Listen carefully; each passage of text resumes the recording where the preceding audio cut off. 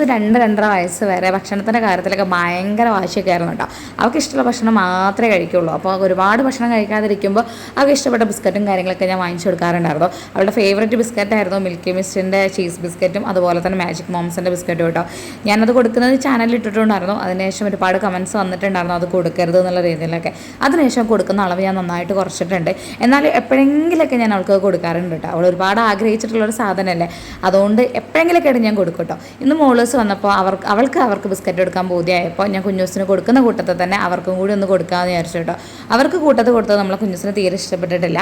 ഈ ഒരു നോട്ടം വേറെ ഒന്നല്ല, നമ്മളെ ചെക്ക നേരെ പോയി പോണ്ടിൽ ചാടിയിട്ടുണ്ട്. എന്തിനാണെന്നറിയോ, അവരെ കളിക്കാൻ വേണ്ടി വിളിച്ചു, അവർ വന്നില്ല. ഇനി ആ വെള്ളം കൊണ്ട് നേരെ സിറ്റ് ഔട്ടിൽ വന്ന് ഇവരെല്ലാവരും അങ്ങോട്ട് ബുദ്ധിമുട്ടിക്കും കേട്ടോ.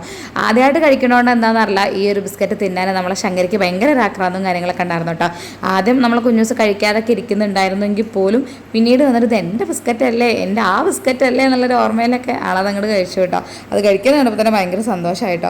ശങ്കരിയുടെ കഴിക്കൽ കാണാൻ തന്നെ പ്രത്യേക രസമാണ് കേട്ടോ. അത് കണ്ടിരിക്കുമ്പോൾ തന്നെ സമയം പോകുന്നത് അറിയില്ല. കുഞ്ഞൂസ് ഒരൊറ്റ ബിസ്ക്കറ്റായിട്ട് കഴിക്കൊന്നുമില്ല കേട്ടോ. മുറിച്ചിട്ട് കൊടുക്കുകയാണെങ്കിൽ മാത്രമേ കഴിക്കുള്ളൂ. അത് കഴിഞ്ഞ ശേഷം ഞങ്ങളുടെ കൂടെ തന്നെ അവരകത്തേക്ക് വന്ന് ആകെ മുഴുവൻ തരാം കേട്ടോ. വേറെ ഒന്നല്ല, അവിടെ നിന്ന് എവിടെയെങ്കിലും ബിസ്ക്കറ്റ് കിട്ടിയാലോ എന്ന് വിചാരിച്ചിട്ടുള്ള തപ്പലാണ് കേട്ടോ. പിന്നെ ആ തപ്പൽ നേരെ ഇവരുടെ അടിപിടിയിൽ എങ്ങോട്ടാണ് തീർന്നത് എന്ന് വേണമെങ്കിൽ പറയാലോ. വീഡിയോയിൽ ഞാൻ പറഞ്ഞ പോലെ തന്നെ മോളൂസ് ഉള്ളത് കൊണ്ട് ഇവർക്ക് ഇത്തിരി ഊക്ക് കൂടുതലാണ് ഇന്നത്തെ അടിപിടിയിലൊക്കെ കേട്ടോ. ചില സമയത്ത് അങ്ങോട്ട് മോളൂസിൻ്റെ മേലേക്ക് അങ്ങോട്ട് വിടുന്നുണ്ടാവും അവർ മൂന്നാളും കൂടി. അത് കാണാനും നല്ല രസമാണ് കേട്ടോ. അവസാനം നേരെ ശങ്കരനെ കുഞ്ഞൂസിനെ ഞാൻ ഒറ്റ കൂട്ടിലാക്കി. ഇവളിവിടെ നിന്നോട്ടെ എന്ന് വിചാരിച്ചപ്പോൾ കണ്ടോ, അവൾ മടക്കി വെച്ചോടുന്ന ടീഷർട്ട് എടുത്തിട്ടാണ് വന്നിരിക്കുന്നത്. വായനാണ്ട് വാങ്ങിയിട്ട് ചീത്ത പറയുന്നു പറഞ്ഞപ്പോൾ തന്നെ ആൾ ഈ ഒരു ഇരുത്തങ്ങോട്ട് ഇരുന്നിട്ടുണ്ടായിരുന്നു കേട്ടോ. പിന്നെ നേരെ ഇനി അവളെ കൂട്ടിലാക്കാൻ വേണ്ടി പോയപ്പോൾ ആ ശങ്കരനും കുഞ്ഞൂസും നല്ല ഉറക്കത്തിലാണ് ഉണ്ടായിരുന്നത്. പിന്നെ ഒന്നും നോക്കില്ല, നേരെ നമ്മൾ ശങ്കരിപ്പെണ്ണിനും കൂടി അങ്ങോട്ട് കൂട്ടിലാക്കാമെന്ന് വിചാരിച്ചു കേട്ടോ.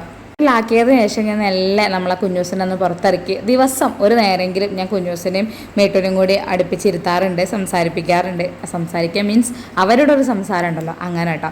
അതിനൊക്കെ ശേഷമാണ് അവൾ ഉറങ്ങാൻ കിടക്കുന്നുണ്ടാവുക. അത് എൻ്റെ ഒരു മനസ്സമാധാനത്തിന് വേണ്ടി മാത്രമല്ല, എൻ്റെ കുഞ്ഞൂസിനും മനസ്സിന് ഭയങ്കര ആശങ്ക ഉണ്ടായിരിക്കും കേട്ടോ. ഈ ഒരു ഗ്യാപ്പ് തന്നെ പുറത്തൊരു വണ്ടി പോയപ്പോൾ തന്നെ അവളെ ജോലി ഭംഗിയായിട്ട് ചെയ്യുന്നുണ്ട്.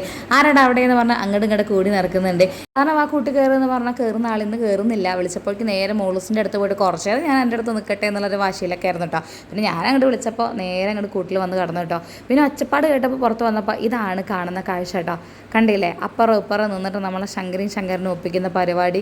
ഇതൊക്കെ കണ്ട് നമ്മളെ കുഞ്ഞൂസ് നിൽക്കേണ്ടത് വലിയ ശല്യമായല്ലോ എന്നുള്ളൊരു ഭാവത്തിൽ. ഞാനത് കണ്ടു എന്ന് അറിഞ്ഞപ്പോൾ തന്നെ ഒരു നോട്ടം അവൾ എന്നെ നോക്കിയിട്ടോ. എന്നോട് ഈ ചതി വേണ്ടായിരുന്നു എന്നുള്ളൊരു ഭാവത്തിലായിരുന്നു നമ്മുടെ കുഞ്ഞൂസിൻ്റെ ഈ ഒരു നോട്ടം ഉണ്ടായിരുന്നു കേട്ടോ.